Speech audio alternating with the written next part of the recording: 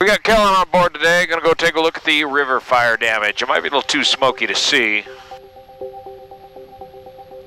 Final is clear. Time hack is 6:45. A big turb of retardant here from the tankers. Temperature and pressure check good. Runway is clear. We're out of here.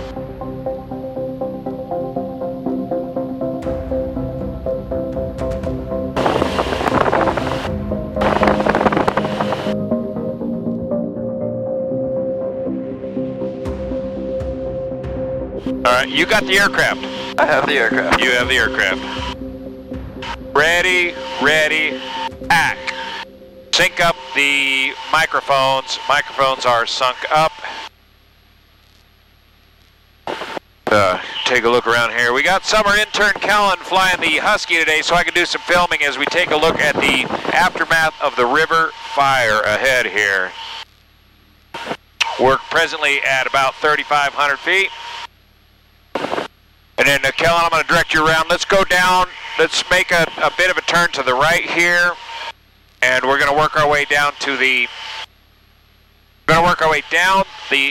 left flank of the fire, or the west side of the fire. We can see the retardant lines already coming up on the river fire right here. Temperatures and pressures are looking good. Low level checklist is complete. You can take her back down to about 35. Actually, this is a pretty good altitude for now. Let's just kind of stay here. We're at 4,000 feet. I have no altimeter input, so. All right, I'll keep you honest on that. Okay, start a right turn, or normal turn. Okay, we are approaching the left flank of the fire. There's the head of the fire where it ended up there at Mount Olive Road. And there's Mount Rollins Reservoir right behind. Get us more to the right there and follow this retardant line down. Keep me spaced from this retardant line just this far away from it. Good. And keep maybe a little bit more to the right. Wow, look at that area in the middle there, Kellen. Anything in the middle of that fire got pretty well torched. I do see some structures that maybe survived inside of the fire line.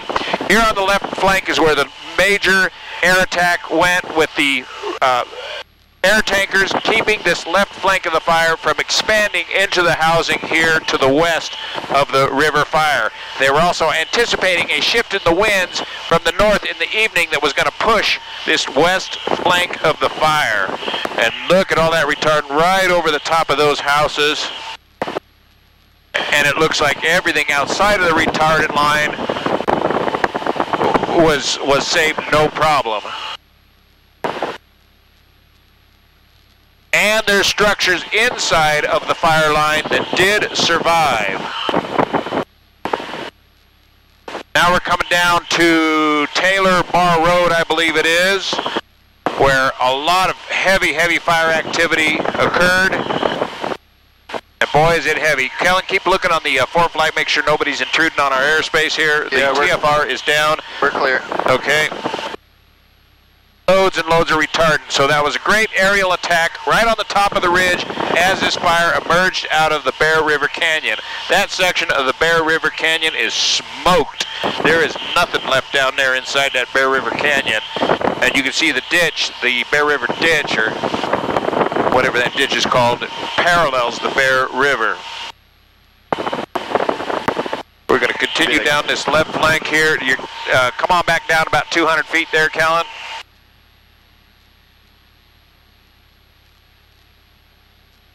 We're at 4,200 feet, looking for about 4,000. So we're about over Dog Bar Road, looking to the east, flying to the south, heading towards the heel of the fire. And coming right up here is the heel of the fire. And you can see they got good retardant line. Yeah, pop us out a little further here, Kellen. You can see where they extended the retardant line a little bit beyond the heel of the fire to make sure that it didn't escape out this direction. Okay, now ready, start a turn, a gradual turn. Good, that's good. Coming around the heel of the fire, turning to the east. There's the Bear River Campground and the power lines down there. Somewhere around this Bear River Campground area is where this fire started. The rest of the campground is just in the green below the fire there. So some kind of nefarious activity got this fire going up at the upper end of this Bear River Campground.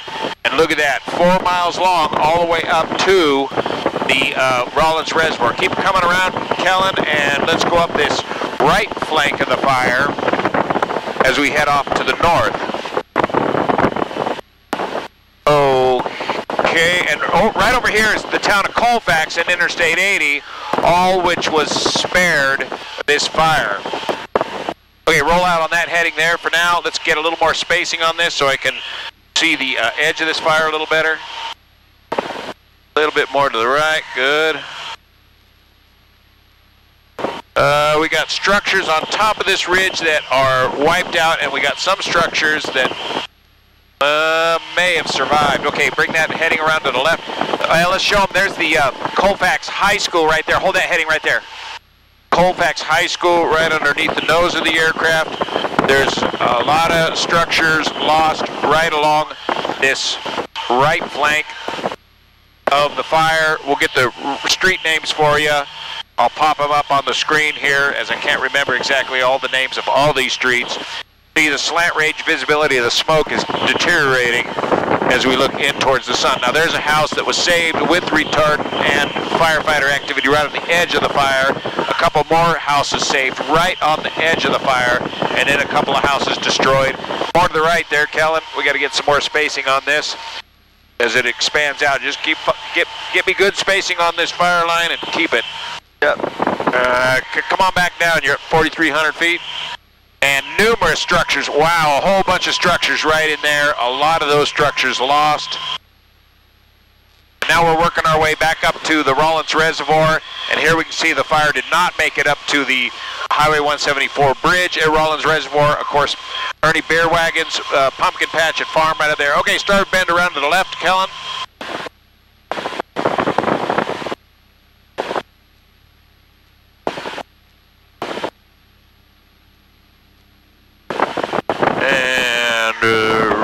There briefly, and they extend to the fire 4 miles down that way. There's still a little bit of smoke coming from right down there.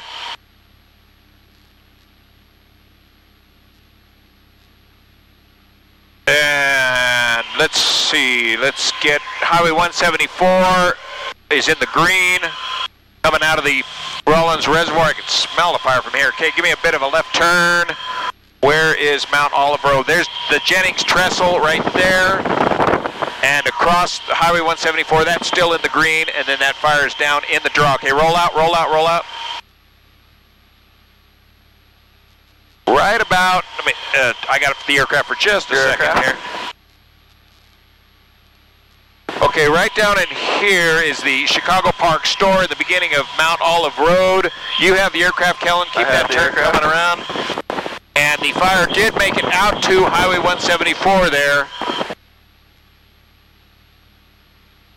And up to, okay, roll out.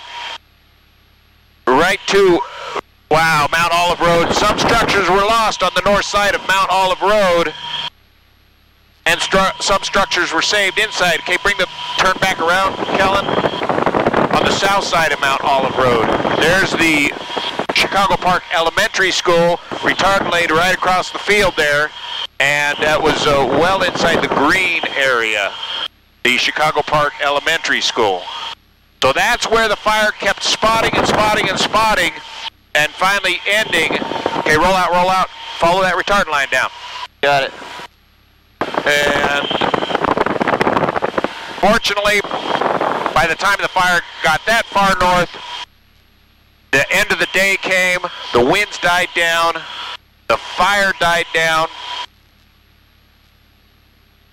and they were able to keep the fire within these retardant lines. So, again, to reiterate, on the left side of this fire, the left flank, the western side, it was an air show of retardant.